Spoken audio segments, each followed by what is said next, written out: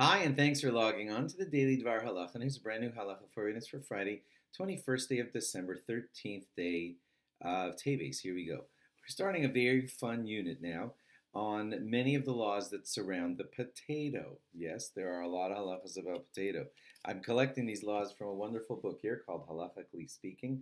This is volume 2, written by Rabbi David Leibowitz, and here's fascinating facts that he has collected together all about the potato. First of all, the name. In Yiddish, a potato is called a kartoffel, if you didn't know that. And the name itself is fascinating because tuffel means like something that's an extra, like an add-on. Like peanut butter is an add-on onto the bread that's in a peanut butter sandwich. So, of course, you make a bracha on the bread and not on the peanut butter. Well, that's what potato is often looked at as a tuffle. It's like meat and potatoes. It's always the tuffle, it's that side thing. However, in many ways, potato can, in certain meal settings, become an ikar, the main, like the bread itself. Hence the name kartoffel. Kar from the word ikar, which means the main, and tuffel from the word that means like just the extraneous and the extra. That's the word kartoffel. Probably a lot of you didn't even know that. Also, a fact that a lot of you might not have known is that the potato was unknown to the rabbis of the Gemara's time, even to the rabbis of the 1200s, the Rishonim, etc. Many of them, the potato was not a oft-eaten food yet until later in Jewish life. Another fascinating fact.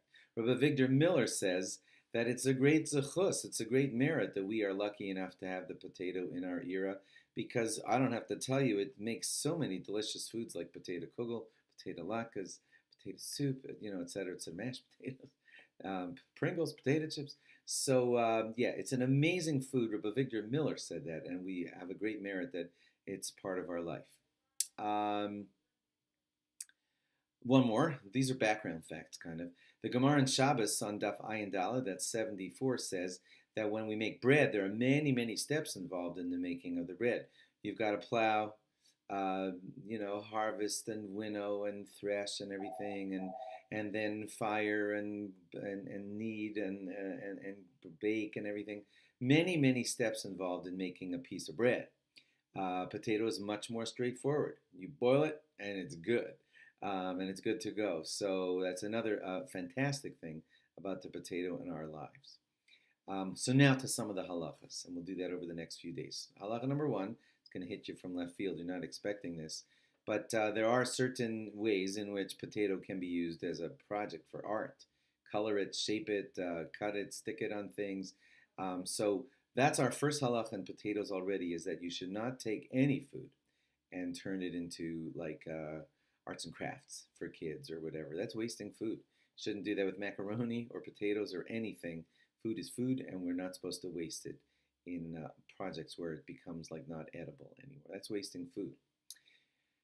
And now to the bracha on potato. This is going to shock the living daylights out of you, but there were a few early rabbis who felt that the bracha on a potato was shahakol. Don't worry, we didn't decide that way. But they felt that because they felt it wasn't really a peri ha'adama, a fruit of the ground, because they felt that it grew from the air that was around the ground. There were rabbis who felt that.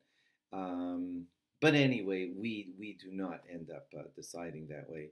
A lot of you know that we treat it as a vegetable that comes from the ground. In Hebrew, it's called tapuach adama, an apple of the ground.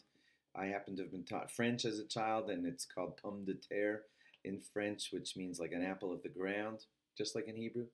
And yeah, we clearly view it, and according to all, I think 99% of all poskim today view the bracha on potatoes as borei pri hadama. You probably are shocked that anybody ever thought otherwise, but yeah, that was in its inception when people were just like looking at this, what is this? But now we've all accepted for today the custom that we all make a borei pri hadama, of course, on our potatoes. If you're eating a raw potato, so most rabbis will tell you not to make a bracha on that. We don't really consider it in its edible stage yet when it's raw. And some poskim even consider a raw potato muktzah because it has no use. On Shabbos, what are you going to do with a raw potato? You can't eat it and you can't cook it. So it could be even considered muktzah on Shabbos. That's important for, in your kitchen, if you have a bag of potatoes blocking something, you might not be allowed to move that bag of potatoes. And lastly, on Yom Tov, when you are allowed to cook that potato, then on Yom Tov a potato won't be muktzah.